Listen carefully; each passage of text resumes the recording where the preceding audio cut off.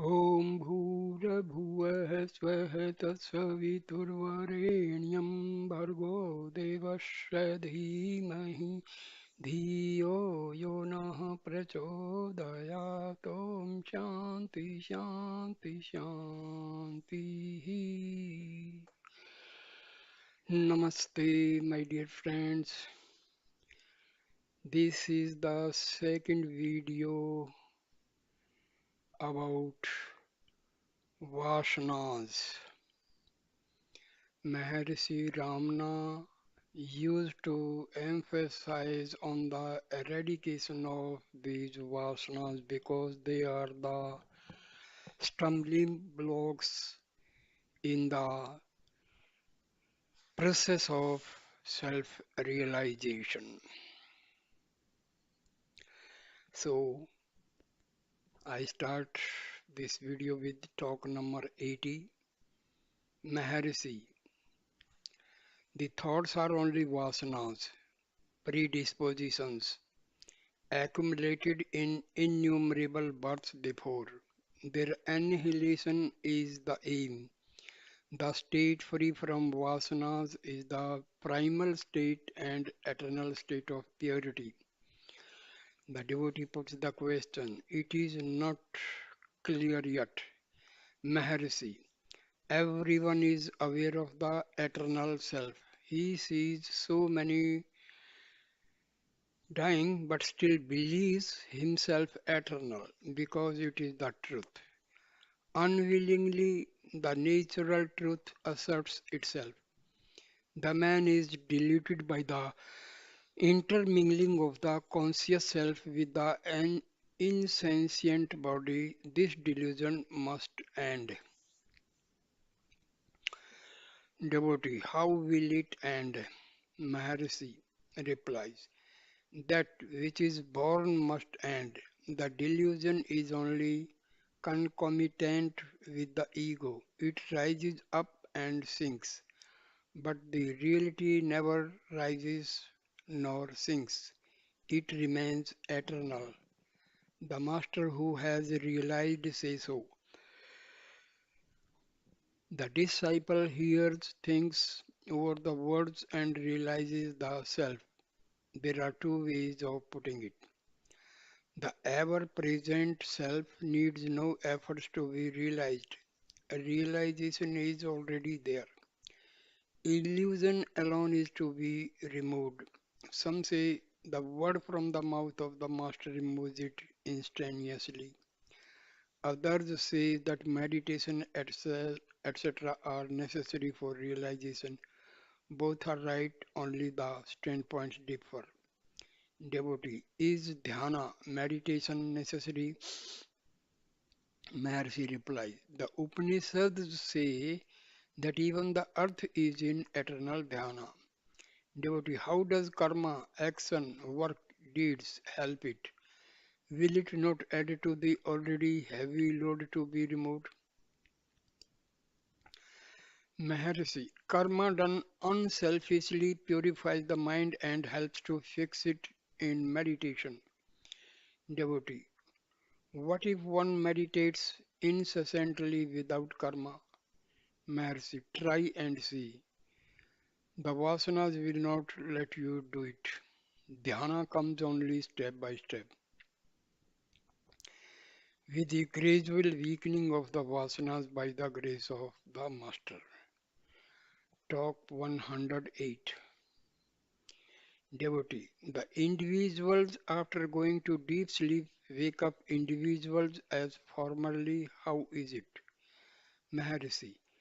Just as the rivers discharged into the ocean lose their individuality, still the waters evaporate and return as rain on the hills and through rivers to the ocean, so also the individuals going to sleep lose their individualities and yet return as individuals according to their previous vasanas unawares.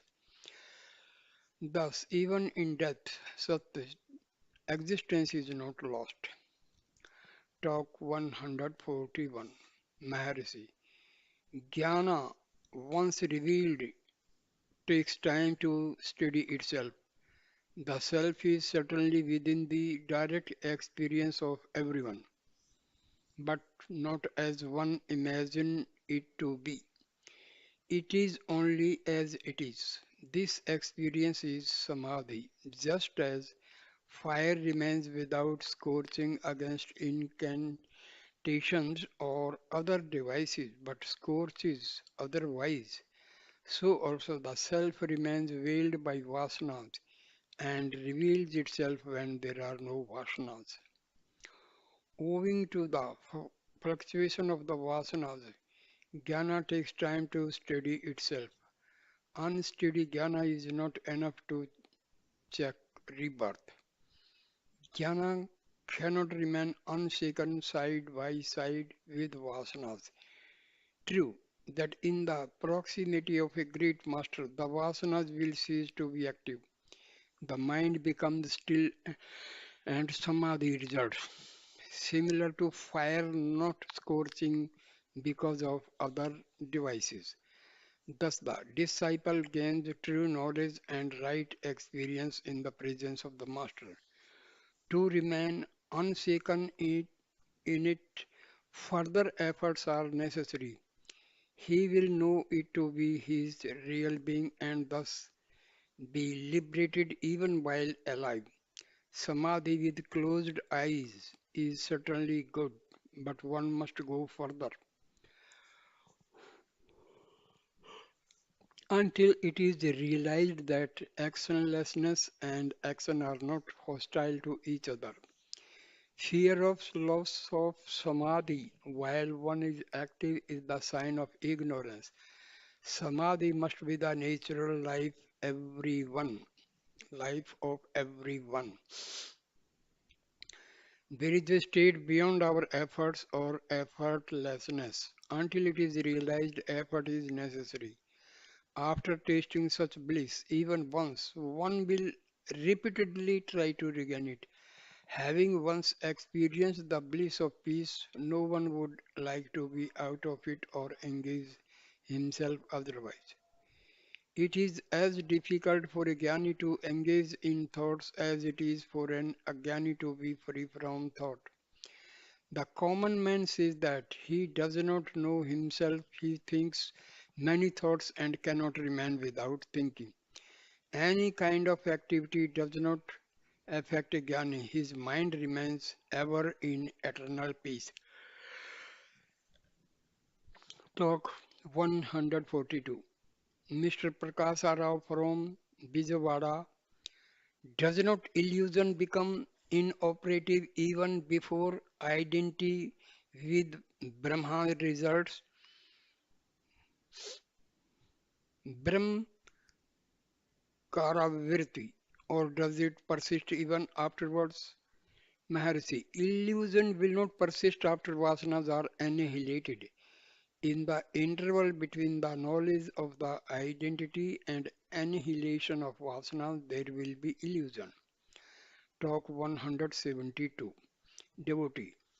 Will the knowledge gained by direct experience be lost afterwards? Maharishi.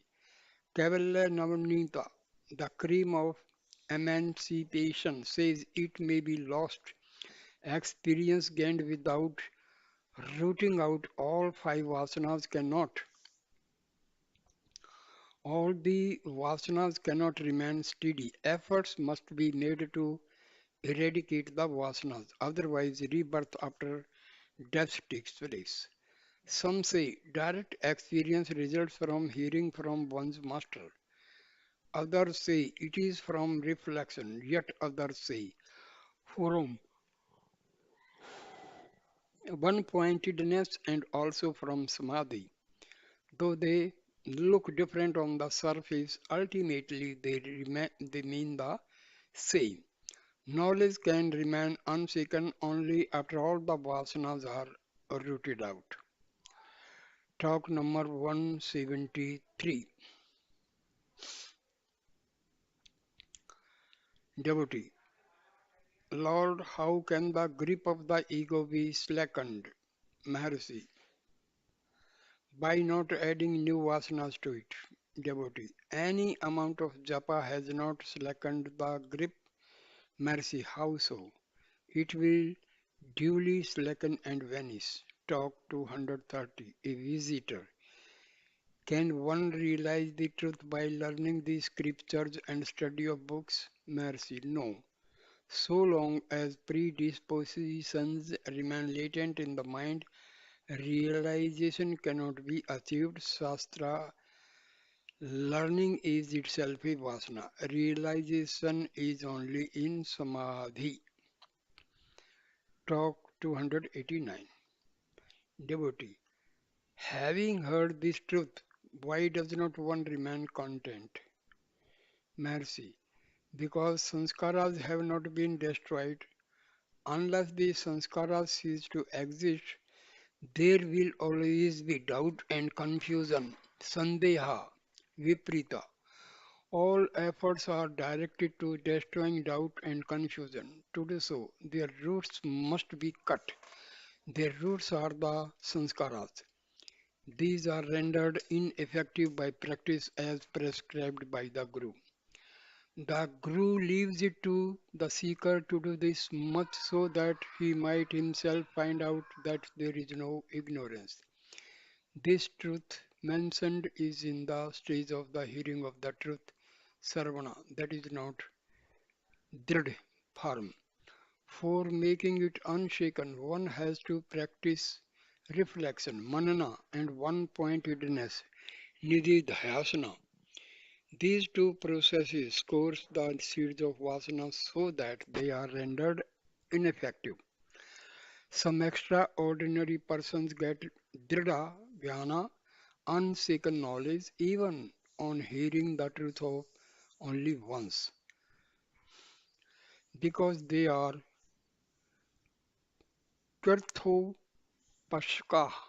advanced seekers, whereas the akarthopaksha, raw seekers, take longer to gain dridhyana, unshaken knowledge. People ask, how did ignorance, avidya, arise at all? We have to say to them, ignorance never arose, it has no real being. That which is only vidya, knowledge, devotee.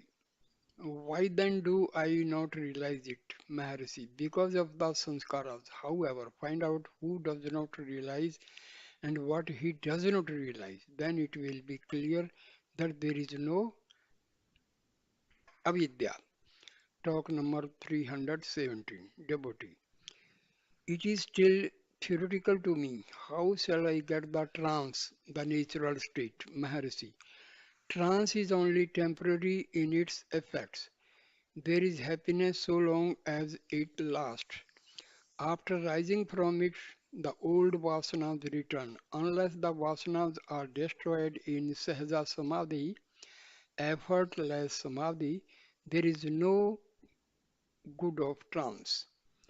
Devotee. But trance must precede Sahaja Samadhi. Maharshi, trance is the natural state, although there are activities and phenomena, yet they do not affect the trance. If they are realized to be not apart from the self is realized. Where is the use of trance unless it brings about enduring peace of mind? Know that even now you are in trance, whatever happens, that's all. Devotee, can there be self realization before the vasanas are entirely destroyed? Maharshi, there are two kinds of vasanas. Bandha hetuha, causing bondage for the ignorant, and two, bhoga hetuha, giving enjoyment for the wise. The latter do not obstruct realization. Devotee, are the self-realized persons reborn? For example, Vamdeva, Jadbharta, etc. Maharshi, the realized ones cannot be reborn. Rebirth is due to vasanas which are binding, but they are destroyed in the state of self-realization. Devotee, are we to take it that they had gone to the stage of Kevala Nirvikalpa but not to Sahaja Nirvikalpa? Maharshi, yes. Devotee, if Only vasanas for enjoyment do not obstruct the state of realization, and if one can look upon the events of the world without his stage of bliss being disturbed, it means that attachment alone is bondage. Am I right, Maharishi? Yes, quite. Attachment is bondage. Attachment disappears with the elimination of the ego. Devotee. Realization is said to be helped by Guru's grace. Maharishi. Guru is none other than the Self. Talk 320. In the course of an informal conversation, Sri Bhagwan pointed out that self-realization is possible only for the fit. The vasanas must be eliminated before jnana dawns. One must be like Janaka for jnana to dawn. One must be ready to sacrifice everything for the truth. Complete renunciation is the index of fitness. Talk 326. Here is another illustration. Suppose a cow plays rogue and strays into the neighbor's field to graze. She is not easily weaned from her stealthy habit. Think how she can be kept in the stall. If forcibly tethered in the stall, she simply bids her time to play the rogue. If she is tempted with fine grass in the stall, she takes one mouthful on the first day and again waits for the opportunity to run away. The next day she takes two mouthfuls, so she takes more and more on each succeeding day, until finally she is weaned from her wicked tendencies. When entirely free from bad habits, she might be safely left free and she would not stray into neighbor's pasture land. Even when beaten in the stall, she does not afterward leave the place. Similarly, with the mind, it is accustomed to stray outward by the force of latent vasanas, manifesting as thoughts. So long as there are vasanas contained within, they must come out and exhaust themselves. The thoughts comprise the mind. Searching what the mind is, the thoughts will recoil and the seeker will know that they arise from the self. It is the aggregate of these thoughts that we call mind. If one realizes that the thoughts arise from the self and abide in their source, the mind will disappear. After the mind ceases to exist and bliss of peace has been realized, one will find it them as difficult to bring out a thought, as he now finds it difficult to keep out all thoughts. Here the mind is the cow playing the rogue. The thoughts are the neighbor's pasture. One's own primal being free from thoughts in the stall. Talk 332. Those familiar with logic, Virti Prabhakara, Vichara Sagra or Sutra Bhasha or similar large works cannot relish small works like Truth Revealed, dealing with only with the self and that pointedly too, because they have accumulated vasanas. Only those whose minds are less muddy or are pure can relish small and purposeful works. Talk 383. Devotee, is there no Dehatma Buddhi, I am the body idea for the Jnani? If, for instance, Sri Bhagwan be beaten by an insect, is there no sensation, Maharishi? There is the sensation and there is also the Dehatma Buddhi. The latter is common to both the Jnani and Ajnani with this difference that the Ajnani thinks Dehiva Atma, only the body is myself, whereas the Jnani knows all is of the self. Atmayam Sarvam or Sarvam Khalvidam Brahma. All this is Brahma. If there be pain, let it be. It is also part of the self. The self is Purna, perfect. Now, with regard to the actions of the Jnani, they are only so called because they are ineffective. Generally, the actions get embedded as sanskaras in the individual. That can be only so long as the mind is fertile, as in the case of Agyani. With a Jnani, the mind is surmised, inferred. He has already transcended the mind. Because of his apparent activity, the mind has to be inferred in his case, and that mind is not fertile like that of an Agyani. Hence, it is said that a Jnani's mind is Brahma. Brahma is certainly no other than the Jnani's mind. The Vasanas cannot beat fruit in that soil. His mind is barren, free from Vasanas, etc. However, since Prarabdha was conceded in his case, Vasanas also must be supposed to exist. If they exist, they are only for enjoyment. Bhoga hetu. That is to say, actions bear twofold fruits, the one for enjoyment of their fruits and the other leaving an impression on the mind in the form of sanskaras for subsequent manifestation of future births. The Jnani's mind, being barren, cannot entertain seeds of karma. His vasanas simply exhaust themselves by activities ending in enjoyment. Only bhoga hetu karma. In fact, his karma is seen only from the Ajnani's standpoint. He remains actionless, only he is not aware of the body as being apart from the self. How can there be liberation, mukti, or bondage, bandha for him? He is beyond both. He is not bound by karma either now or ever. There is no Jivan Mukta or Videha Mukta according to him. Devotee. From all this, it looks as if a Jnani who has scorched all the vasanas is the best and that he would remain inactive like a stalk or stone. Mercy, no, not necessarily. Vasanas do not affect him. Is it not itself a vasana that one remains like a stalk or stone? Sahaja is the state. Talk number 384. The conversation turned on vasanas. Sri Bhagwan said that good tendencies and bad one, suvasana and kuvasana are concomitant. The one cannot exist without the other.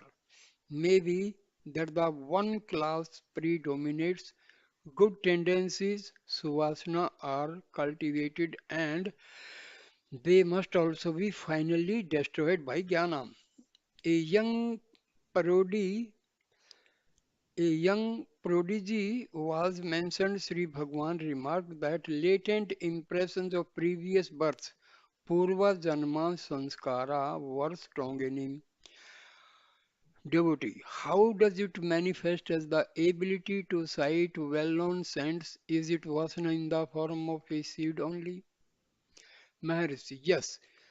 Predisposition, sanskara, is acquired knowledge and kept in stock. It manifests under favorable circumstances. One with strong sanskara understands the thing when presented to him much quicker than another with no sanskara or weak sanskara. Devotee, does it hold good with inventors also? Mercy, there is nothing new under the sun. What we call invention or discoveries are merely rediscoveries by competent men with strong sanskaras in the directions under consideration. Devotee, is it so with the Newton, Einstein, etc.? Yes, certainly. But the sanskaras, however strong, will not manifest unless in a calm and still mind. It is within the experience of everyone that his attempts to rake up his memory fail, whereas something flashes in the mind when he is calm and quiet. Mental quiet is necessary even for remembrance of forgotten things. The so-called genius is one who worked hand in his past births and acquired knowledge and kept it in store as sanskaras. He now concentrates his mind until it merges in the subject. In that stillness, the submerged ideas flush out that requires favorable conditions also. Talk 385. Mr. Venkatarao, an Andhra gentleman in the course of conversation with Sri Bhagwan was told, until you gain jnana, you cannot understand the state of a jnani. There is no use asking about the work of Isvara and the rest. Some ask why Shiva went naked in Daruka forest and spoiled the chastity of the rishis' wives. The Puranas which record this incident have also said that Shiva had previously saved the Devas and the universe by consuming the poison hala hala at the time of churning of ocean of milk. He who could save the world from the deadly poison and lead the sages to emancipation had also wandered nude among us, their women. Their actions are incomprehensible to ordinary intellect. One must be jnani to understand a jnani or Isvara. Devotee, should we not learn the jnani's ways and imitate them? Mercy. It is no use. Vasanas are of four kinds.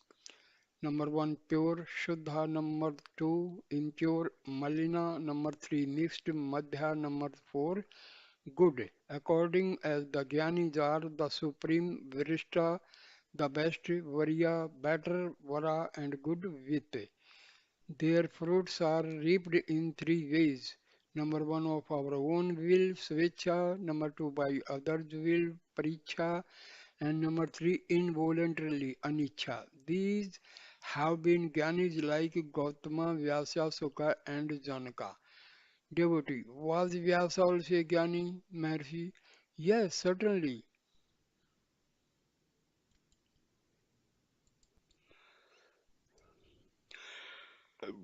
Talk number 42, 402. While speaking, while speaking of the brain and the heart, Sri Bhagwan recalled an incident of old days as follows. Kavya Ganpati Muni once argued that the brain was the most important center and Sri Bhagwan maintained that the heart was even more so. There were others watching the discourse. A few days, a few days after Sri Bhagwan received a letter containing a short poem in English on the discourse from a young boy, N.S. Arunachalam, who had not yet matriculated. That poem is remarkable for its poetic imagination. Sri Bhagwan, Kavya Kantha, and the assemblies of other persons are represented as the heart, the brain, and the body, respectively, and again as the sun, the moon, and earth also. The light from the sun is reflected on the moon, and the earth is illuminated. Similarly, the brain acts by consciousness derived from the heart, and the body is thus projected.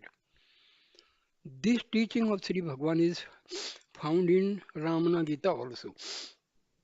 The heart is the most important center from which vitality and light radiate to the brain, thus enabling it to function. The vasanas are enclosed in the heart in their subtlest form, later flowing to the brain, which reflects them highly magnified, corresponding to a cinema show at every stage. That is how the world is said to be nothing more than a cinema show. Sri Bhagwan also added, were the vasanas in the brain instead of in the heart, they must be extinguished if the head is cut off so that re reincarnations will be at an end, but it is not so. The self obviously safeguards the vasanas in its closest proximity, that is, within itself in the heart, just as a miser keeps his most valued possessions, treasure, with himself and never out of contact. Hence, the place where the vasanas are is the self, that is the heart, and not the brain, which is only the theater for the play of vasanas from the greenhouse of the heart. Talk number 431. A Telugu gentleman stood up and asked, the mind is said to be pure when all its vasanas are wiped out. It is also the finality, when there is something to be gained as it is non duality. Maharshi, let the mind be first made pure. If the same question arises thereafter, the answer may be then be sought. Talk 439. Dr. Rama asks, Brahma being pure, how can Maya arise from him and veil him also? Vasishtha replies, in pure mind associated with strong dispassion, this question will not arise. Of course, in Advaita, non-dualistic philosophy, there can be no place for Jiva, Isvara and Maya. One self sinking into the self. The vasanas, tendencies will entirely disappear, leaving no room for such a question. Mercy, the answers will be according to the capacity of the seeker. It is said in the second chapter of Gita that no one is born or dies. But in the fourth chapter, Sri Krishna says that numerous incarnations of his and of Arjuna had taken place, known to him but not to Arjuna. Which of these statements is true? Both statements are true, but from different standpoints. Now, a question is raised, how can Jiva rise up from the self? I must answer, only know your real being, then you will not raise this question. Why should a man consider himself separate? How was he before being born, or how will be after death? Why waste time in such discussions? What was your form in deep sleep? Why do you consider yourself as an individual? Devotee, my form remains subtle in deep sleep. Mercy, as is the effect, so is the cause. As is the tree, so is its seed. The whole tree is contained in the seed, which later manifests as the tree. The expanded tree must have a substratum which we call Maya. As a matter of truth, there is neither seed nor tree. There is only being. Devotee. Vasanaksaya, total end of all predispositions. Manunasa, annihilation of mind. Atma Sakshatkara, realization of the self. They seem to be interdependent. Mercy, the different expressions have only one meaning. They differ according to the individual's stage of progress. Dispassion, realization all mean the same thing. Also, they say practice and dispassion. Why practice? Because the modes of mind once subside and then rise up again, subside and rise up, and so on. Devotee. Beginningless predisposition makes one do wrong without jnana. This predisposition cannot vanish. But jnana looks almost impossible. Expiation alone cannot undo all the karma, for how much expiation will be needed. Look where we will. Everything looks difficult, even impossible. Association with the wise seem to be the only cure of all this, all ills. Mercy, what is to be done? Reality is one only. How can it be realized? Realization is thus an illusion. Practice seems to be necessary. Who is to practice? Looking for the doer, the act and the accessories disappear. Moreover, if realization is not present here and now, how can it newly got be of any use? What is permanent must be eternally present. Can it be newly got and be permanent also? Realize what is present here and now. The sages did so before and still do that only. Hence, they say that it looks as if newly got. Once veiled by ignorance and later revealed, reality looks as if newly realized, but it is not new. Talk 442. While explaining a stanza of his own, Sri Bhagwan observed, the sun illumines the universe, whereas the sun of Arunachala is so dazzling that the universe is obscured and an unbroken brilliance remains. But it is not realized in the present state and can be realized only if the lotus of the heart blossoms. The ordinary lotus blossoms in the light of the visible sun, whereas the subtle heart blossoms only before the sun of suns. May Arunachala make my heart blossom so that his unbroken brilliance may shine all alone.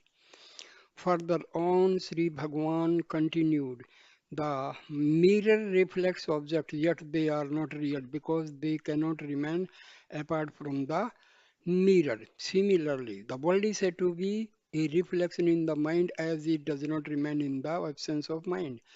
The question arises, if the universe is as a reflection, there must be a real object known as the universe in order that it might be reflected in the mind. This amounts to an admission of the existence of an object universe. Truly speaking, it is not so. Therefore, the dream illustration is set forth. The dream world has no objective existence. How then it is created? Some mental impressions should be admitted. They are called vasanas. How were the vasanas in the mind? The answer is they were subtle, just as a whole tree is contained potentially in a seed, so the world is in the mind. Then it is asked, a seed is the product of the tree which must have existed once in order that it may be reproduced. So the world also must have been there sometime. The answer is no. There must have been several incarnations to gather the impressions which are re-manifested in the present form. I must have existed before as I do now. The straight way to find an answer will be to see if the world is there, admitting to the existence of the world. I must admit a seer who is no other than myself. Let me find myself so that I may know the relation between the world and the seer. When I seek the self and abide as the self, there is no world to be seen. What is the reality then? The seer only and certainly not the world. Such being the truth, the man continues to argue on the basis of the reality of the world whoever asked him to accept a belief for the world. Yoga Vasishtha clearly defines liberation as the abandonment of the false and remaining as being. And talk number 449. From a story being related by Sri Bhagwan, the bodily functions may be forcibly controlled and the mind may be reveling in righteous thoughts. One cannot control one's vasanas as easily as the physical frame. Talk 491. Devotee. Is it not individuality anadi without beginning? Maharshi, investigate and see if there is any individuality at all. Ask this question after solving this problem. Namalwar says, in ignorance I took the ego to be myself. However, with right knowledge, the ego is nowhere and only you remain as the self. Both monists and dualists are agreed on the necessity of self-realization. Let us do it first and then discuss the side issues. Advaita or Dvaita cannot be decided on theoretical considerations alone. If the self is realized, the question will not arise at all. Even Sukha had no confidence in his brahmacharya, whereas Sri Krishna was sure of his brahmacharya. Self-realization is designated by so many different names, Satya, Brahmacharya, etc. What is natural to the state of self-realization from the disciplinary course in the other state? I am the body. Idea will become extinct only on self-realization. With its extinction, the vasanas become extinct and all virtues will remain ever. Devotee, sanskaras are said to persist even in a jnani, Maharshi. Yes, they are bhoga hetu, leading to enjoyment only and not bandhu hetu.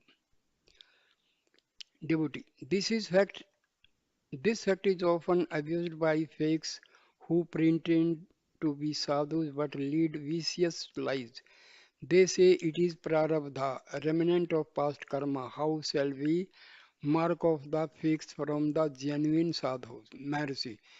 The one who has given up the idea of being the doer cannot repeat. This is my prarabdha.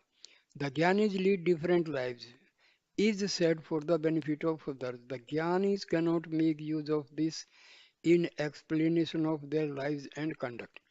Talk number 515. Devotee. In the explanation of given yesterday, it is said that the removal of avarana results in the annihilation of the karna srira.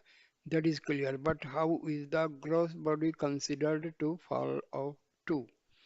Mercy. The vasanas are of two kinds. Bandha hetu causing bondage and bhoga hetu only giving enjoyment. The Jnani has transcended the ego and therefore all the causes of bondage are inoperative. Bandha hetu is thus at an end and prarabdha past karma remains as bhoga vasanas to give enjoyment only.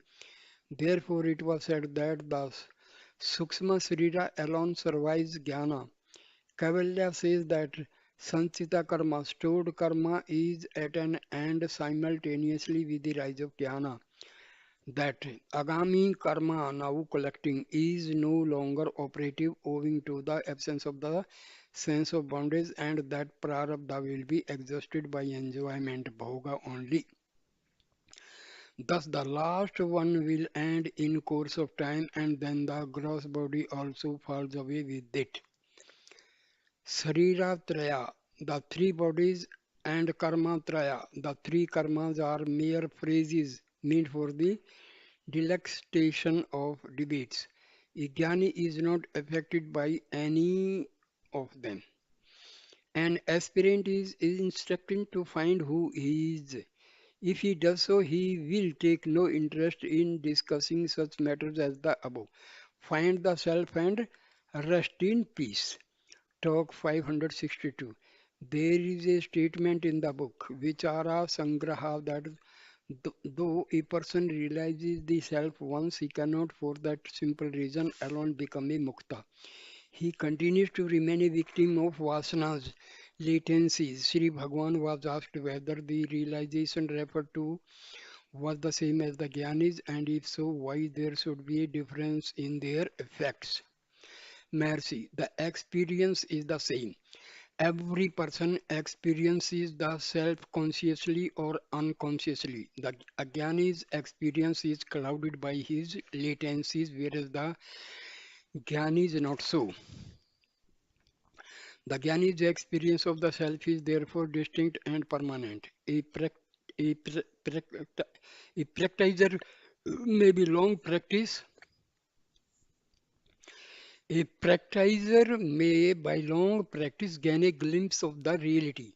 The experience may be vivid for the time being, and yet he will be distracted by the old vasanas, and so his experience will not avail him. Such a man must continue his manana and nididhyasana so that all the obstacles may be destroyed. He will then be able to remain permanently in the real state. Talk number 569. A mirror, as we know it, is an insentient object which reflects light. What corresponds to a mirror is an individual. The light of the self-luminous self is reflected on the Mahatattva. The reflected light is the mind ether or the pure mind. This illumines the vasanas, latencies of the individual and hence the sense of I and this arises. Talk number 586.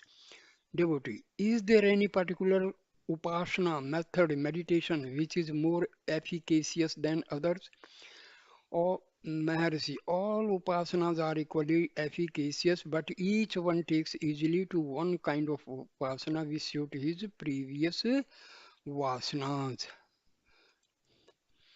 Talk number 616 is the Jivanadi an entity or a figment of the imagination? Maharshi, the yogis say that there is a nadi called the Jivanadi, Atma Nadi or Paranadi. The Upanishads speak of a center from which thousands of nadis branch of some locate such a center in the brain and others in other centers. The Garbhopanishad traces the formation of the fetus and the growth of the child in the womb. The jiva is considered to enter the child through the fontanelle in the seventh month of its growth. In evidence thereof, it is pointed out that the fontanelle is tender in a baby and is also seen to pulsate. It takes some months for it to ossify. Thus, the jiva comes from above, enters through the fontanelle, and works through the thousands of the nadis which are spread over the whole body. Therefore, the seeker of truth must concentrate on the Sahasrara, that is the brain in order to regain his source. Pranayama is said to help the yogi to rouse the Kundalini Shakti which lies coiled in the solar plexus. The Shakti rises through a nerve called the Susumana, which is embedded in the core of the spinal cord and extends to the brain. If one concentrates on the Sahasrara, there is no doubt that the ecstasy of samadhi ensues. The vasanas, that is, the latencies, are not, however, destroyed. The yogi is therefore bound to wake up from the samadhi because release from bodies has not yet been accomplished. He must still try to eradicate the vasanas in order that the latencies yet inherent in him may not disturb the peace of his samadhi. So he passes down from the Sahasrara to the heart through what is called the Jivnadi, which is only a continuation of the Susumna. The Susumna is thus a curve. It starts from the solar plexus, rises through the spinal cord to the brain, and from there bends down and ends in the heart. When the yogi has reached the heart, the samadhi becomes permanent. Thus, we see that the heart is the final center. Some Upanishads also speak of 101 nadis which spread from the heart, one of them being the vital nadi. If the jiva comes down from above and gets reflected in the brain, as the yogis say, there must be a reflecting surface in action that must also be capable of limiting the infinite consciousness to the limits of the body. In short, the universal being becomes limited as a jiva. Such reflecting medium furnished by the aggregate of the vasanas of the individual. It acts like the water in a pot which reflects the image of an object. If the pot be drained of its water, there will be no reflection. The object will remain without being reflected. The object here is the universal being consciousness which is all pervading and therefore immanent in all. It need not be cognized by reflection alone. It is self-resplendent. Therefore, the seeker's aim must be to drain away the vasanas from the heart and let no reflection obstruct the light of eternal consciousness. This is achieved by the search for the origin of the ego and by diving into the heart. This is the direct method for self-realization. One who adopts it need not worry about nadis and brain and the susmana, the pranadi, the kundalini, pranayama or the six centers. The self does not come from anywhere else and enter the body through the crown of the head. It is as it is, ever sparkling, ever steady, unmoving, and unchanging. The changes which are noticed are not inherent in the self, which abides in the heart and is self luminous like the sun. Changes are seen in the light. The relation between the self and the body or the mind may be compared to that of a clear crystal and its background. If the crystal is placed against a red flower, it shines red. If placed against a green leaf, it shines green, and so on. The individual confines himself to the limits of the chargeful body or of the mind which derives its existence from the unchanging self. All that is necessary is to give up this mistaken identity, and that does the ever shining self will be seen to be the singing non dual reality.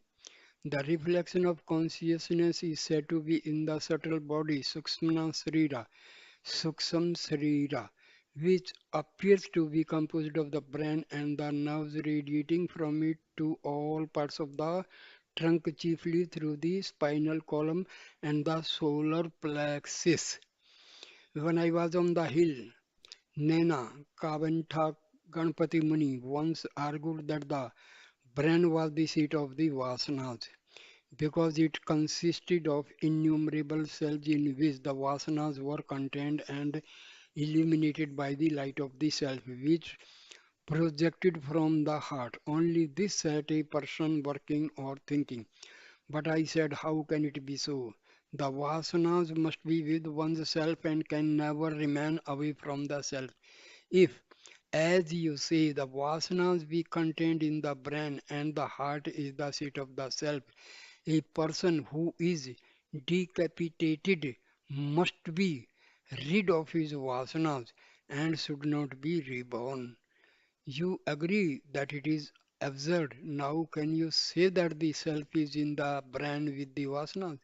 If so, why should the head bend down when one falls asleep?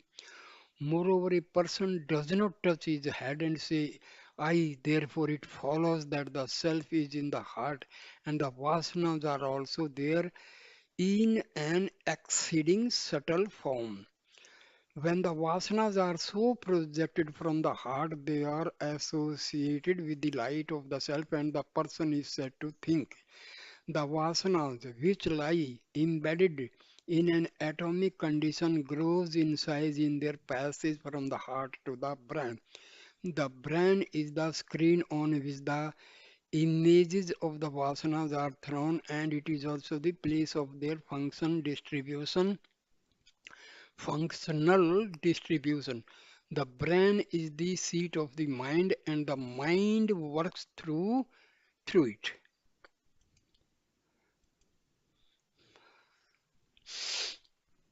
So then this is what happens when a vasana is released and it comes into play.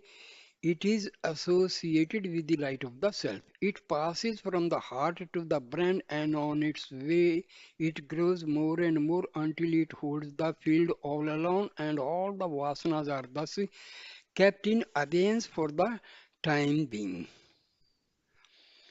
When the thought is reflected in the brain, it appears as an image on a screen. The person is then said to have a clear perception of things. He is a great thinker or discoverer. Neither the thought that is extolled as being original, nor the thing, nor the country which is claimed to be a new discovery is really original or new. It could not manifest unless it was already in the mind. It was, of course, very subtle and remained imperceptible because it lay repressed by the more urgent or insistent thoughts or vasanas.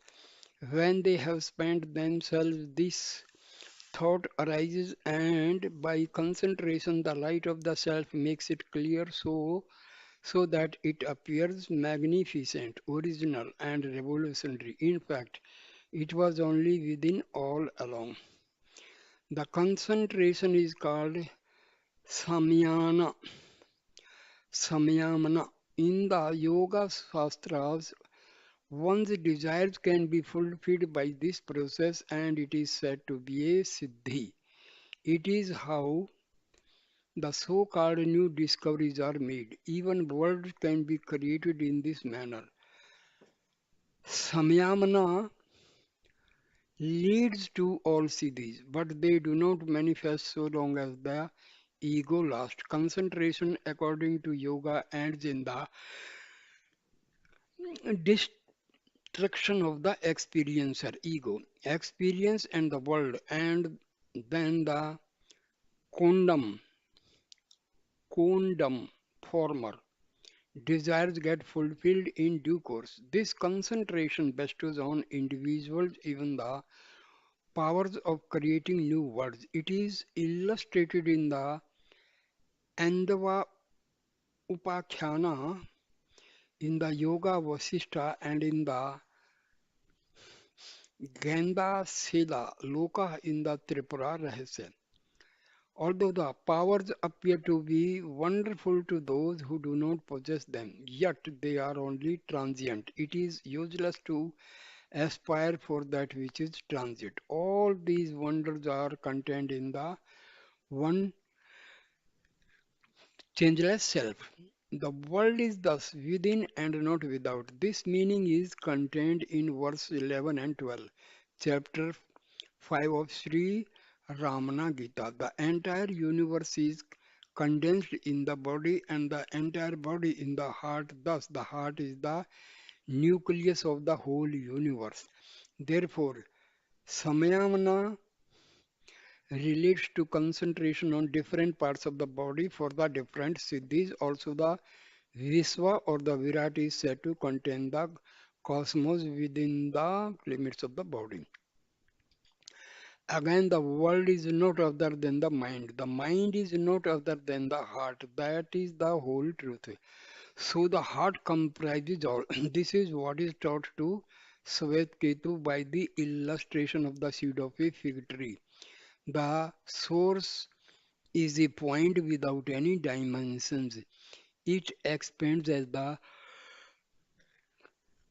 cosmos on the other hand and as infinite bliss on the other. That point is the pivot. From it a single vasana starts, multiplies as the experiencer I experiences and the world. The experiencer and the source are referred to in the mantra. Two birds exactly alike arise simultaneously.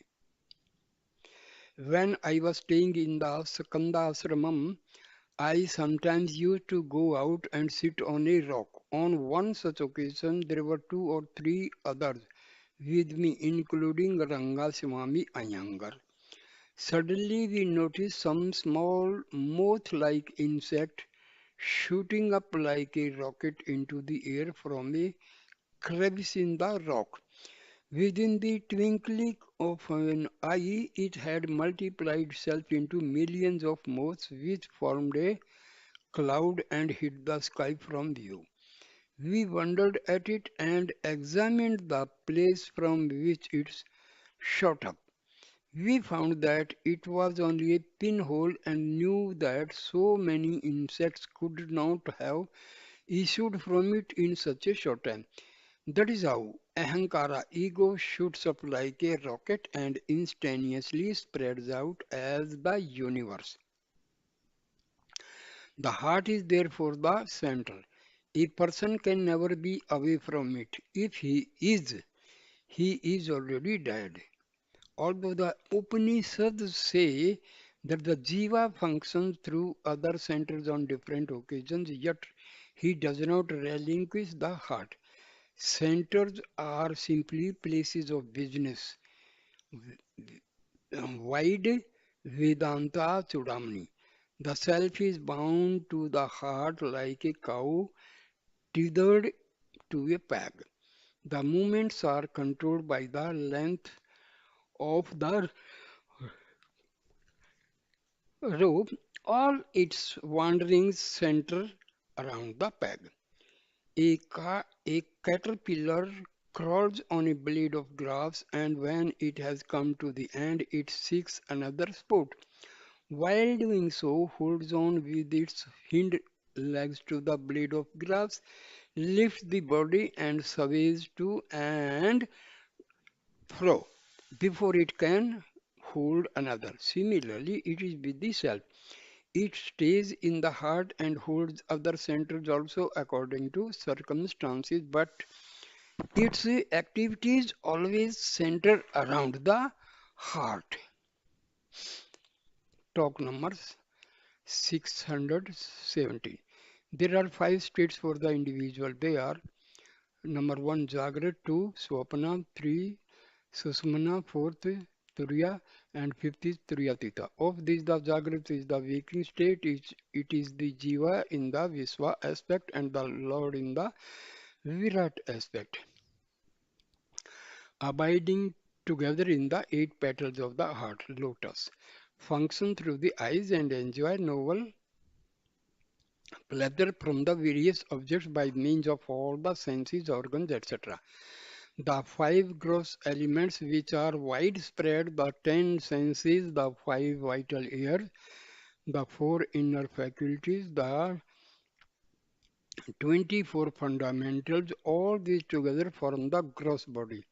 The Jagrat state is characterized by Sattva Guna denoted by the letter A and presided over by the deity Vishnu.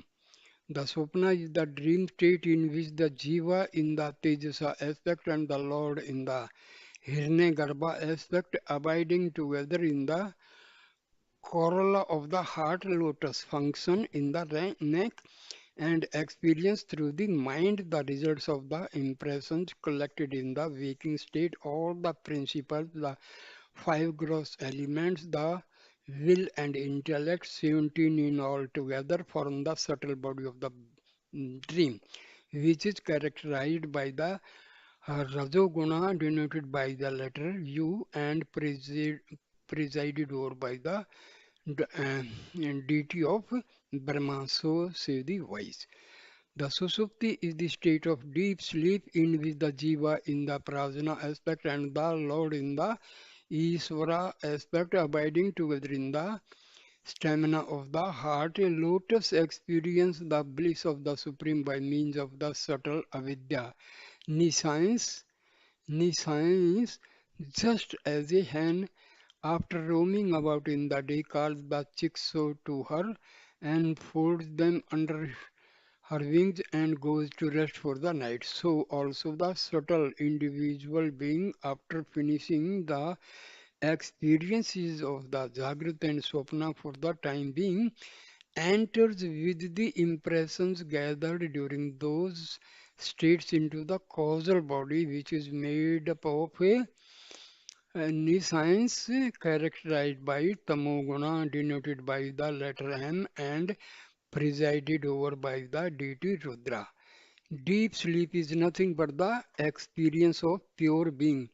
The three states go by different names such as the three regions, the three forts, the three deities, etc. The being always abides in the heart as stated above. If in the Jagrat state the heart is not relinquished, the mental activities are stilled and Brahma alone is contemplated. The state is called the Turiya.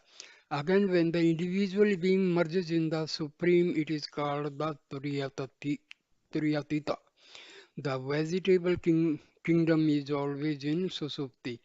The animals have both Swapna and Susupti. The gods, celestials are always in Jagrat. Man has all the three states, but the clear-sighted yogi abides only in the Turiya and the highest yogi remains in the Turiyatita alone.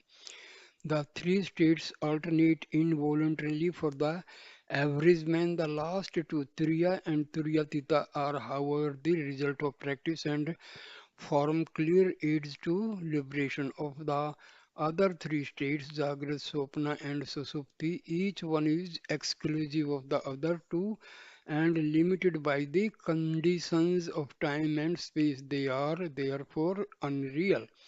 Our very experience of the Jagrat and the Swapna states proves that The consciousness as the self underlies all the five states, remains perfect all along and witnesses all of them.